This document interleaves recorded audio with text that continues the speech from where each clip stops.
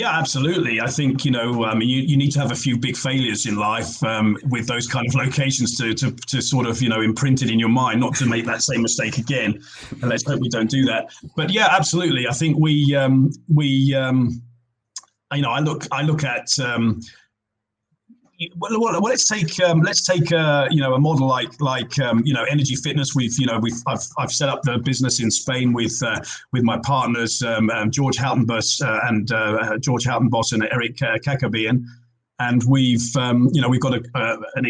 got an ambitious plan to roll out Energy Fitness in Spain over the next 5 to 7 years. We have quite an ambitious plan, and we would certainly look at take Spain, for example. I mean, there's a big question here about group exercise.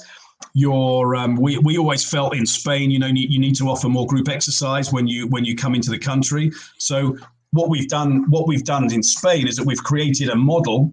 We've taken the Energy Fitness model from the UK, and we've increased the size slightly in the UK from the UK, which we've now got a bit more flexibility here to build clubs up to about 1,000 meters, which I think in your currency is 10,000 square feet. And within that model, what I've kind of worked out over the last few years is that the market here wants to do group exercise. Group exercise. I've got an affection for group exercise because that's where I came from as a trainer and as a personal trainer back in the day. And I've always seen and really lived the experience of teaching classes to people. And when I came to Spain, it was very, very clear from early on that a lot of clubs that aren't offering group exercise don't do as well. And I would say even now in Spain that probably up to 50% of the people come to gyms just to do group exercise classes. So it's a cultural thing that's very strong here. And I would say it's the same in France and Italy. So Southern European countries tend to have that similar trait when it comes to developing brands. And I think, we've also got in Spain, you've got a different culture when it comes to the day. So it's quite funny, isn't it? Because people talk about Spain and a lot of people say, okay, it's like the mañana thing, tomorrow, and it's the siesta and everything like that, which is actually a total myth and built around a misunderstanding. Is there a siesta in Spain? Well, if you live in Barcelona or Madrid, Barcelona is a Catalan capital and Madrid is obviously the capital of Spain. And, can you go and have a lie down in the afternoon? Well, you can't, the life just isn't like that. But what does happen in Spain is that people take 2 hours for lunch, and doing the 2 hours for lunch means that they work out in those 2 hours. So if you have a gym with not many showers, you've got a lot of people working out during the lunchtime and they need to shower and they need to go back to the office. So that was one of the other things that we had to look at addressing, certainly with a convenience fitness model. And the other thing is that, to make up for those 2 hours, the day is a lot longer. So for me in Spain, the afternoon is from 4 o'clock until 8 o'clock. And it's even acceptable in some cases to call people at 9 o'clock. So the whole idea of these cultural things have a reason, and usually it's because of the heat and the weather, or this has developed culturally over years. But when you get into international expansion, you sort of understand why these stereotypes come in and why people think about certain things. But there's usually an explanation for it. And I remember back in the 90s, we opened a club in Cordoba in the south of Spain, which you might have visited in your several times. Yes. Well, it's the hottest city in Europe. Cordoba has the hottest average temperatures in Europe. It's a little bit like, it's not quite Phoenix, but it's not far off. My sister-in-law lives in Phoenix, and they're suffering now, I can say, with the heat this year when it's normally very hot. But so Cordoba is somewhere between Arizona and New Mexico type heat. It's over 45 degrees for, quite a number of days during July and August. And I remember we did the pre-sale down there back in the 90s. We did the pre-sale until about 2 o'clock. Then the manager would come and say to me, let's go and have lunch. And after that, go back to the hotel, have a lie down and relax because it's going to be 45, 48 degrees today. which I think, sorry, I'm talking in European terms here, so I'm not sure what that is in Fahrenheit, but it's a lot. It's a lot. You then go back out in the evening at about 8 o'clock, 9 o'clock, and you're on the stand until nearly midnight. And then you have your dinner, and everybody's out in the street until about 2 o'clock in the morning. And then you go to bed and do the next thing the next day. So all these patterns it always makes sense in the end.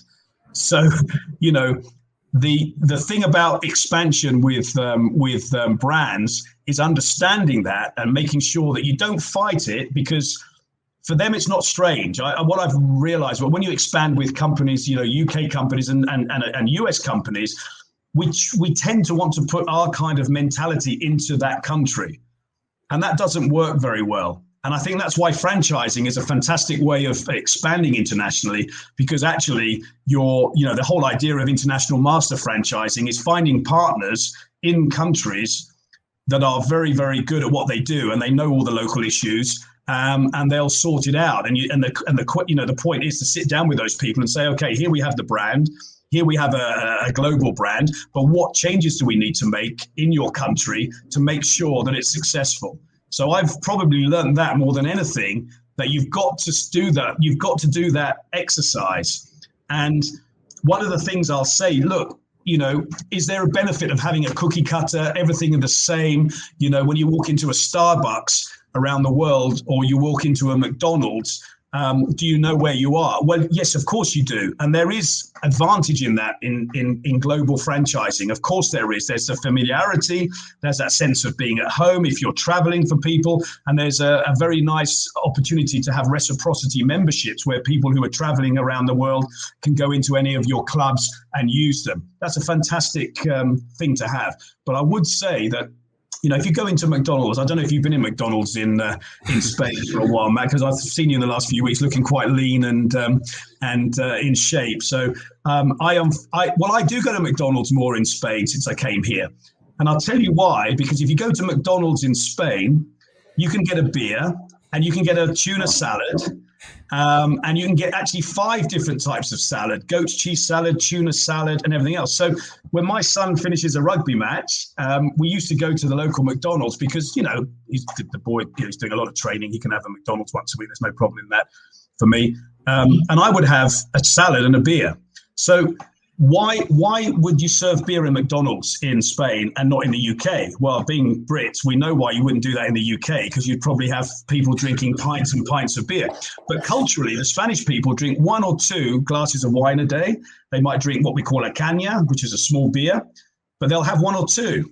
So if I'm with British friends here and we're on the beach and someone opens a bottle of wine, you'd probably finish the bottle of wine before you left. The Spanish don't. They have a glass and they go. So, that's a good example. So in McDonald's in Spain, you get beer and you get a tuna salad. So the next time any of your listeners are in Spain, check it out because it's quite interesting. And also the design, they've got the Mac cafes now going in. It's got a very Europeanized look and feel to it. So you can buy croissants and pastries, and you're getting pretty decent coffee. And also, if you go into Starbucks, you'll get croissants with jamón ibérico, which is, if you haven't had jamón ibérico, it's one of the best, if not, I think it's the best ham in the world, from the south of Spain. And, in the croissants in Starbucks in Barcelona or in Madrid, you get jamón ibérico and local produce. There's an orange juice machine squeezing the juice. And there's some subtle differences.